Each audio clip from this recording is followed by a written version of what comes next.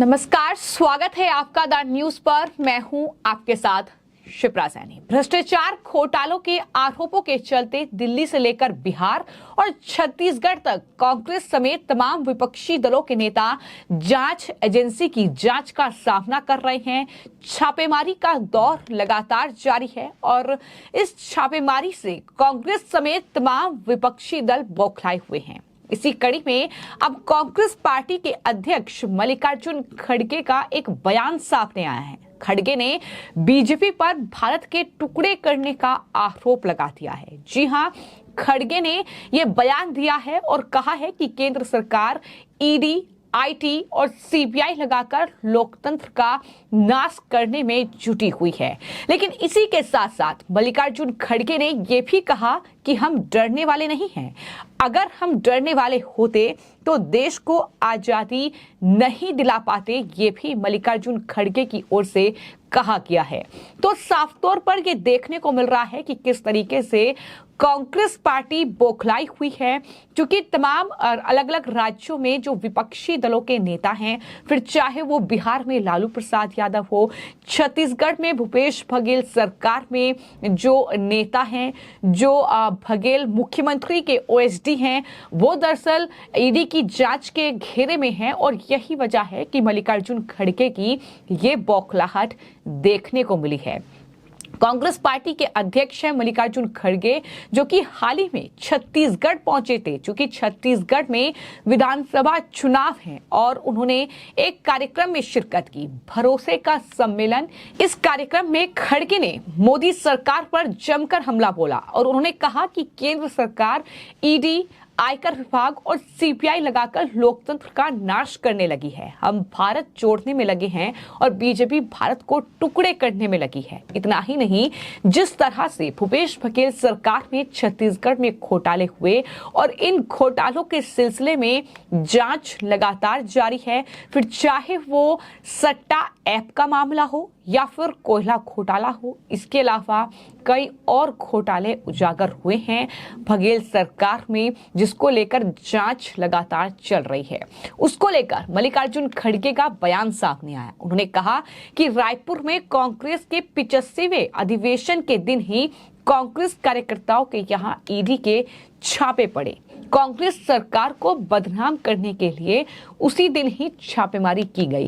कांग्रेस को डराने के लिए ऐसा किया जा रहा है। ईडी, सीबीआई और आयकर विभाग हमारे पीछे रखे गए हैं, लेकिन कांग्रेस डरने वाले नहीं है। हम मुकाबला करने वाले हैं और करेंगे, ये बात मल्लिकार्जुन खड़गे की ओर से कही गई है।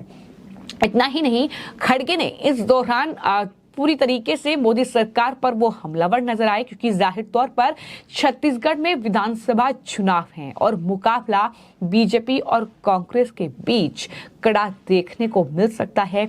छत्तीसगढ़ का चुनावी मूड हालांकि समझना थोड़ा मुश्किल है, लेकिन कांग्रेस पार्टी अपनी सत्ता को बनाए रखने के लिए तमाम तरीके अपना रही है। फिर चाहे वो प्रधानमंत्री नरेंद्र मोदी पर तमाम आरोपों के जरिए हो, फिर चाहे सरकार को ईडी, सीबीआई को लेकर बदनाम करने वाली बात हो। और इसी कड़ी में मल्लिकार्जुन खड़गे ने यह भी कहा कि मैं रायपुर कल आने वाला था, उसके पहले ही ईडी की कार्रवाई यहां पर हुई। अगर हम डरते तो देश को आजादी नहीं दिला पाते, अगर हम डरते तो फांसी पर नहीं चढ़ते, अगर हम डरते तो इंदिरा गांधी अपनी जान नहीं देती, अगर हम डरते तो राजीव गांधी अपनी जान नहीं देते। देश को बचाने के लिए हमने कुर्बानी दी है। ये कांग्रेस पार्टी के अध्यक्ष मल्लिकार्जुन खड़गे का बयान है, जिन्होंने कुर्बानी दी है। आजाद शहीद भगत सिंह हो, फिर चाहे वो लाल बहादुर शास्त्री हो, डॉक्टर राजेंद्र प्रसाद हो, महात्मा गांधी हो, उनका जिक्र खड़गे की ओर से नहीं किया जा रहा है। खड़गे कह रहे हैं कि राजीव गांधी ने देश के लिए कुर्बानी दी है, इंदिरा गांधी ने देश के लिए कुर्बानी दी है। ये तमाम नेता हैं, जैसा कि नरेंद्र मोदी हैं या अमित शाह हैं जाहिर तौर पर, और ऐसे में खड़गे के इस बयान को लेकर अब उनकी काफी ज्यादा आलोचना भी हो रही है। हालांकि विपक्ष की बौखलाहट सबको पता है कि आखिर क्या है, क्योंकि एक तरफ विपक्ष ने जो गठबंधन तैयार किया है INDIA, उसको कहीं ना कहीं एक के बाद एक बड़ा झटका लग रहा है। इसी गठबंधन के जो नेता हैं वो इस पूरे गठबंधन को नुकसान पहुंचाने का काम कर रहे हैं। हम बात कर रहे हैं उदयनिधि स्टालिन की, जो सनातन धर्म को नष्ट करने की बात करते हैं और विपक्ष का कहीं ना कहीं मुश्किलें विपक्ष के लिए बढ़ा देते हैं।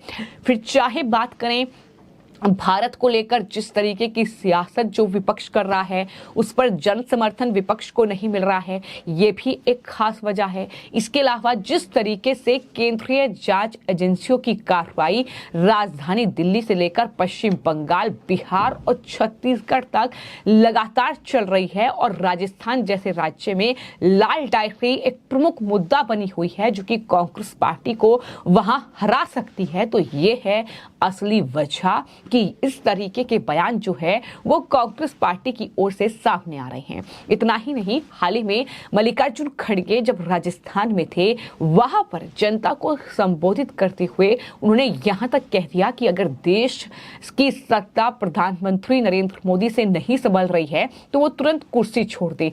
हमें 70 साल जो है सत्ता चलाने का एक्सपीरियंस है, ये खड़गे का बयान था। हालांकि इस पर लोगों ने उन्हें जवाब भी दिया और कहा कि 70 सालों में कांग्रेस पार्टी ने किस तरीके से देश में राज किया है, किस तरीके से सत्ता चलाई है, इससे हर कोई वाकिफ है। करोड़ों के घोटाले कर 2G घोटाला हो, चाहे फिर नेशनल हेराल्ड घोटाला हो, तमाम घोटाले जो हैं जनता ने गिनाए।